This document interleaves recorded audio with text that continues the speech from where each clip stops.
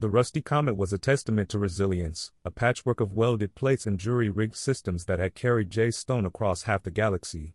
Jace, a man etched with the harsh beauty of space, weathered face, calloused hands, and eyes that held the distant shimmer of dying stars, nursed a lukewarm synthel as he stared out the viewport. The swirling nebula of Cygnus X1 was a cosmic ballet of light and shadow, a stark contrast to the grimy interior of his ship. "Anything on the long range, Mark?" Jace's voice, roughened by recycled air and countless hyperspace jumps, echoed in the cramped cockpit. Mark, the ship's AI, a sardonic presence manifested as a holographic avatar of a perpetually unimpressed mechanic, flickered into view. "Still chasing static and echoes, Captain. This celestial song you're so keen on finding is proving to be quite the phantom." Jace sighed, the synthel doing little to soothe his restlessness. The celestial song was a legend, a melody whispered in the dingy cantinas of spaceports, said to hold the key to untold power or unimaginable beauty, depending on who was telling the tale. Jace, a romantic at heart despite his gruff exterior, was chasing the beauty angle. "Keep scanning, Mark. My gut tells me we're close." The rusty comet, true to her name, groaned as she navigated the treacherous currents of the nebula. They were deep in uncharted territory, where star charts were more myth than map. Then, the scanners blared to life. "Captain, I've got something," Mark said, his holographic form snapping to attention. "A faint energy signature, unlike anything I've ever recorded. It's melodic, almost." Jace's weariness vanished, replaced by a surge of adrenaline. "Melodic? Plot a course, Mark. Full speed." They plunged deeper into the nebula, the rusty comet vibrating as she pushed her aged engines to their limits. The energy signature grew stronger, the melodic resonance filling the ship, washing over Jace with a sense of peace he hadn't felt in years. Then, they broke through. The nebula gave way to a sight that defied description. A colossal structure, a symphony of light and form, hung suspended in the void. Crystalline towers spiraled towards a non-existent sky, connected by bridges of pure energy that pulsed with the same melodic rhythm.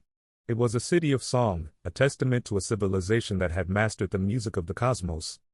What is this place?" Jace breathed, his voice filled with awe. "I'm detecting a powerful energy field," Mark reported, his voice uncharacteristically subdued. "And life signs. Non-human. Highly advanced." As they approached, they were greeted not with a hail of weapons, but with a wave of pure sound, a cascade of harmonies that resonated directly within their minds. "Welcome, seekers. You have found the harmony." The voice was ancient, ethereal, and filled with a profound sense of serenity. Jace, a man of action and pragmatism, felt a lump form in his throat. They were guided towards the city by beings of pure light, beings who communicated through music rather than words. They called themselves the Seraphim, and their city was harmony, a sanctuary where the music of the universe flowed freely. Jace learned that the celestial song was not a single melody, but the symphony of existence itself, the interconnected resonance of all things. The Seraphim were its guardians, beings who had transcended physical form to become conduits for this cosmic music. "And you can hear it?" Jace asked, his voice rough with disbelief. "We are the song," a Seraphim replied, its form shimmering with iridescent light. "And we can teach you to hear it too." Jace, the solitary spacer, the man who had always felt more at home among the cold logic of machines than the messy emotions of people, was invited to become a student of the harmony. He was taught to listen, not with his ears, but with his very being, to feel the vibrations of the cosmos, to understand the language of light and energy. He learned of the universe's creation, a symphony of expanding energy and colliding forces. He witnessed the birth of stars, the dance of galaxies, the delicate balance between order and chaos that sustained all existence. He also met others who had been drawn to harmony. Sarah, a brilliant but disillusioned astrophysicist from Earth, who had abandoned her world's obsession with technology to seek deeper meaning in the stars. She found in the harmony a validation of her wildest theories and a renewed sense of wonder. Ben, a former soldier from a war-torn galaxy, who had come to harmony seeking solace and healing. He discovered that the music could mend not only physical wounds but also the deepest scars of the soul.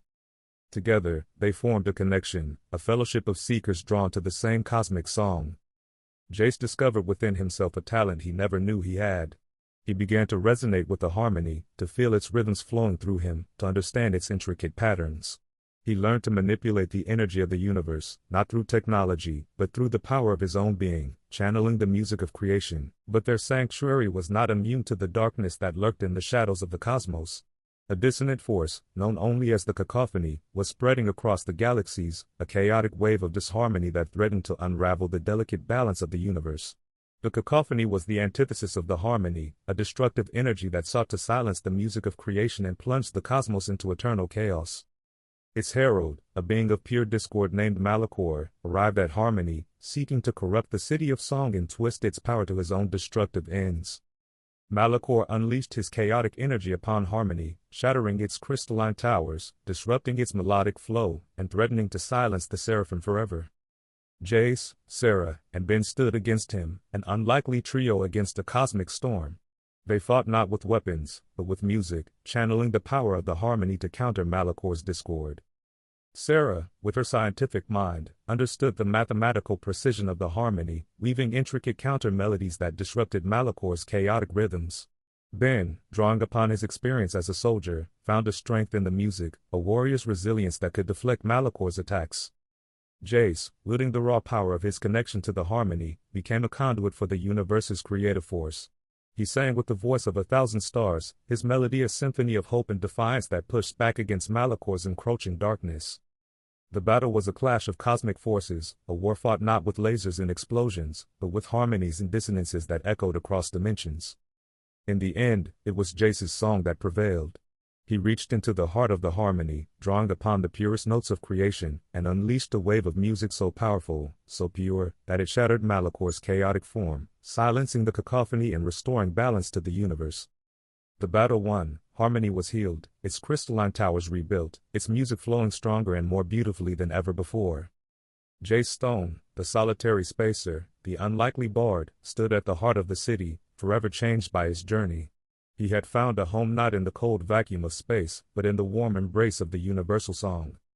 He and his companions became the new guardians of the harmony, protectors of the music of creation, ensuring that its symphony would continue to resonate throughout the cosmos for eternity. And Jace knew, with a certainty that echoed in his very soul, that his journey had just begun.